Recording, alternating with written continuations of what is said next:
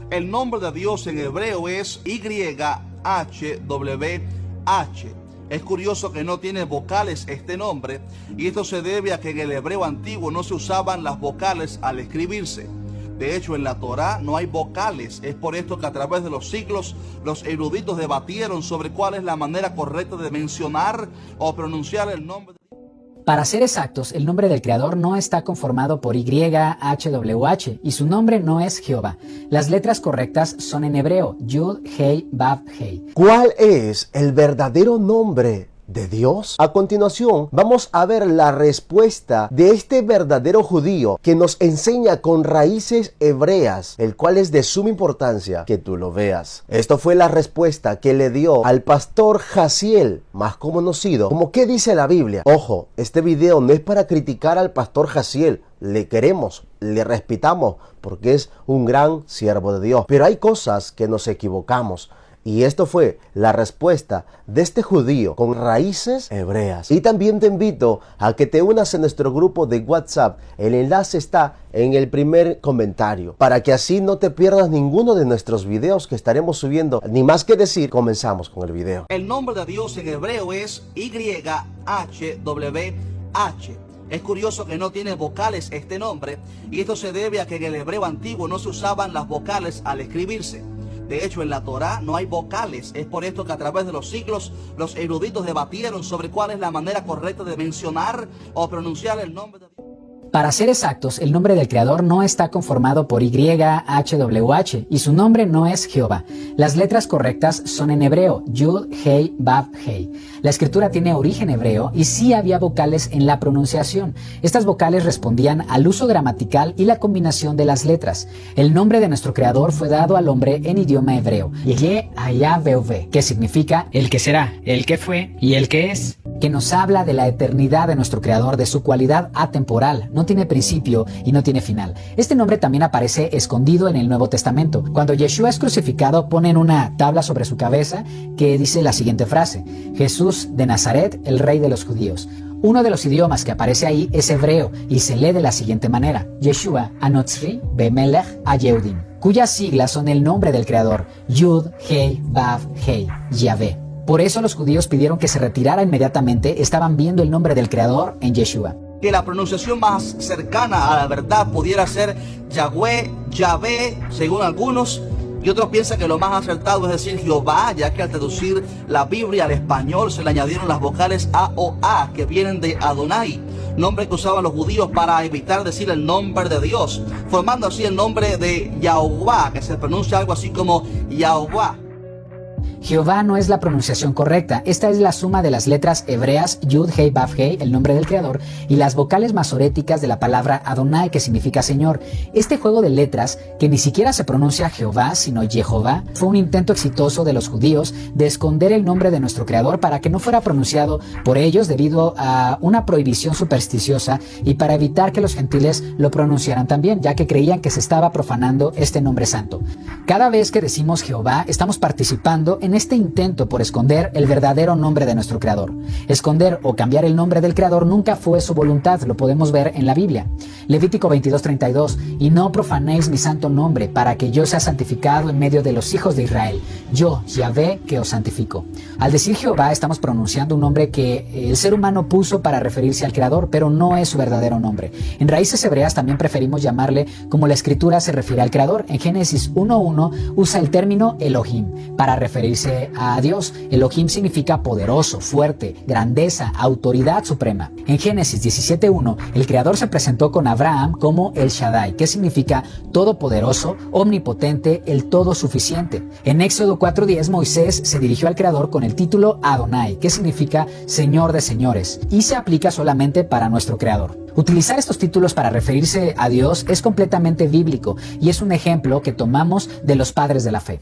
Extremismos religiosos parecidos al decir que es incorrecto decir Jesús y que obligatoriamente hay que decir su nombre en hebreo, que es Yeshua o Yahshua. Es muy triste ver cómo el diablo ha usado mentiras para dividir el cuerpo de Cristo y desenfocarnos de lo que realmente es importante. Quienes enseñamos el verdadero nombre de Yeshua no obligamos a nadie a pronunciarlo de esta manera. La mayoría conocimos del Mesías con el nombre Jesús, igual que yo, pero considero que como creyentes no debemos conformarnos con el conocimiento básico que se nos ha enseñado sobre la Biblia, sino que sigamos creciendo en conocimiento. Dice Yeshua que la vida eterna es conocer al Creador. Juan 17:3. Y esta es la vida eterna, que te conozcan a ti, el único Elohim verdadero, y a Yeshua el Mesías, a quien has enviado. Nunca dejaremos de conocerlo. No podemos estancarnos y decir que lo sabemos todo. Lo que vamos aprendiendo no lo podemos ignorar. Si ahora conocemos que su nombre correcto es Yeshua, ¿por qué seguir llamándolo con un nombre diferente? Un nombre que fue dado por hombres. Saber que su nombre es Yeshua no se trata de un dato cultural o simple curiosidad. Estamos hablando de nuestro Salvador. La Biblia dice que el nombre del Mesías es especial porque fue dado por el mismo Adonai.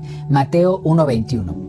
Y dará a luz un hijo, y llamarás su nombre Yeshua, porque él salvará al pueblo de sus pecados. El nombre Jesús viene del griego y el latín. No tiene ninguna raíz etimológica o significado alguno. No se relaciona en nada con la palabra salvación en griego. En cambio, en hebreo, la etimología de su nombre solo tiene todo el sentido en hebreo. Yeshua viene de la palabra hebrea Yasha, que significa salvar, liberar, rescatar. Yeshua significa el que guarda, el que sana, el que rescata, el que salva, nuestro Salvador. Te pregunto, ¿con qué nombre se presentó el Mesías a Pablo? ¿En qué idioma se dirigió a él? Veamos la escritura. Hechos 26. Y habiendo caído todos nosotros en tierra, oí una voz que me hablaba y decía en lengua hebrea: Saulo, Saulo, ¿por qué me persigues? Dura cosa te es dar cosas contra el aguijón. Yo entonces dije: ¿Quién eres, Señor? Y el Señor dijo: Yo soy Yeshua, a quien tú persigues. El Mesías se presentó a sí mismo con su nombre en hebreo. Esto es suficiente para mí para saber cómo dirigirme a mi Salvador. No son mentiras o enseñanzas de falsos maestros. Es 100% bíblico llamarlo Yeshua. Si no le cambiamos el nombre a las personas, no veo por qué hacerlo con nuestro Salvador. Pero no es una imposición, es una cuestión de que ahora conocemos esa verdad. Pero cuando usted mira algún video suyo o platica un poco más con ellos, se da cuenta de que guardan el sábado y exigen que se guarde, enseñan a guardar las fiestas judías, no comen ciertos alimentos y obligan a los demás a guardar todas estas cosas que ellos guardan para ser salvos.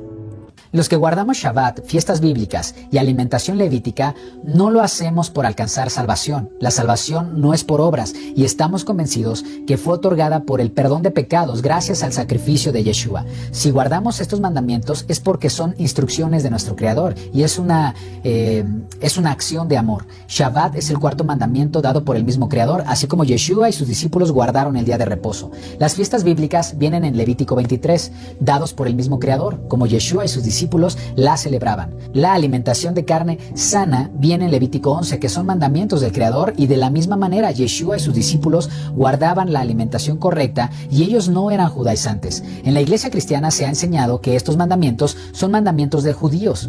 Esto es incorrecto. Son instrucciones que el Creador nos ha dado por medio de su Torah, de su ley, y tiene un propósito importante. Nos enseña a amar a nuestro Creador y nos enseña a amar a nuestro prójimo.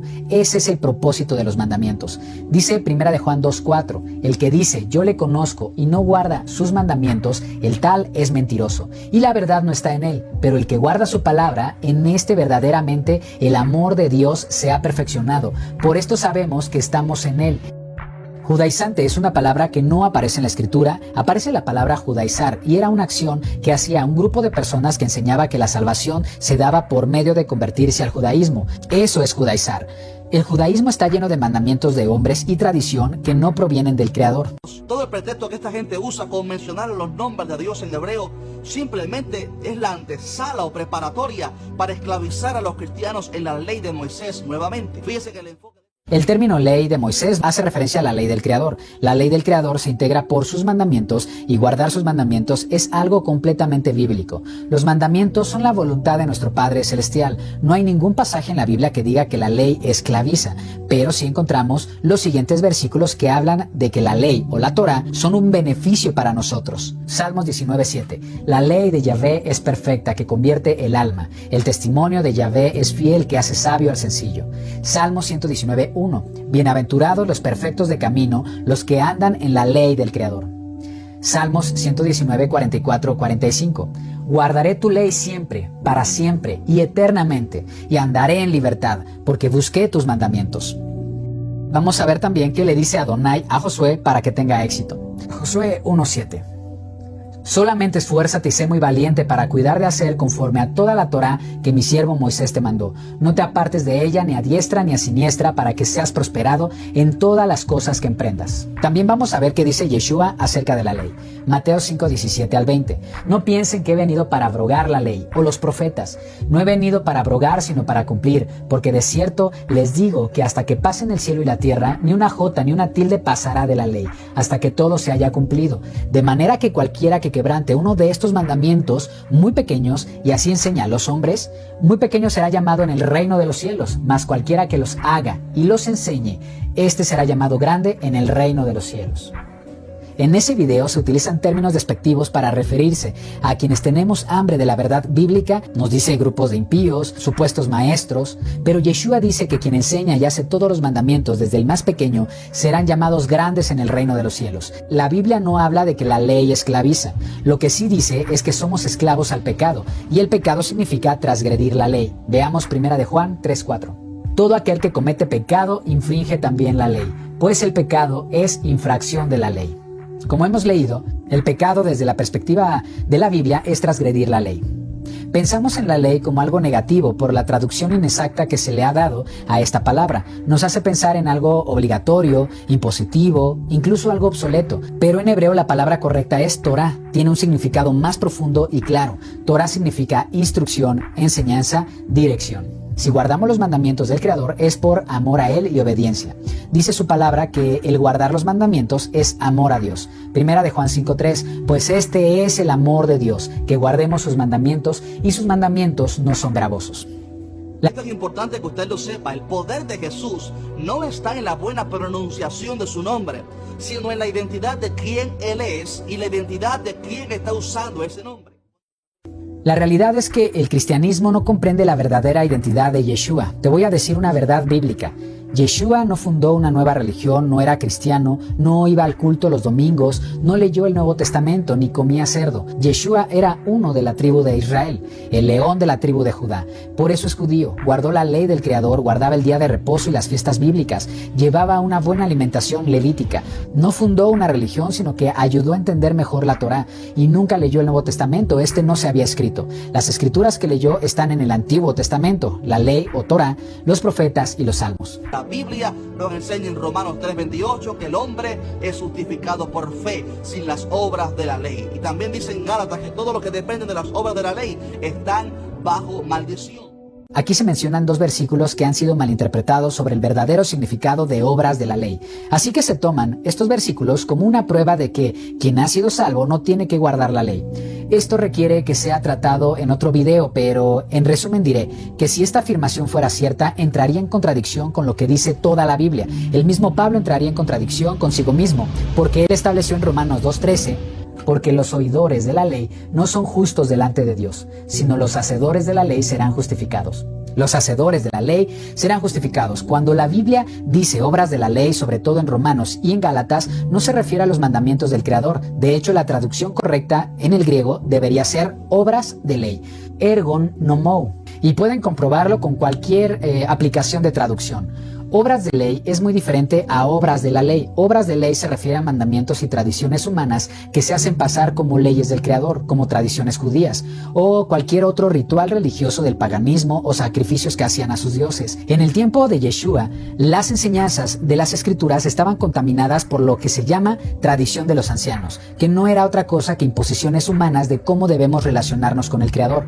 Créeme que decir que no debemos guardar los mandamientos de Elohim es de hecho una versión actualizada de una obra de ley, una acción que se considera incluso mandamiento en la actualidad en el mundo cristiano, y quienes decimos ser obedientes a nuestro Creador somos juzgados. Las obras de ley son mandamientos de hombres. Hay otras obras que la Biblia llama buenas obras, en Efesios 2:10, porque somos hechura suya, creados en Yeshua el Mesías, para buenas obras, las cuales Elohim preparó de antemano para que anduviésemos en ellas. Estas buenas obras que estaban preparadas de antemano para andar en ellas son las instrucciones del Creador, son su Torá. Torá se refieren a la Torá, a sus mandamientos. Te voy a brindar una evidencia bíblica de que debemos guardar los mandamientos de nuestro Elohim. Y lo voy a hacer con el último libro de la Biblia, Apocalipsis. En Apocalipsis nos habla de un grupo de personas llamadas santos, que quiere decir apartados o justos.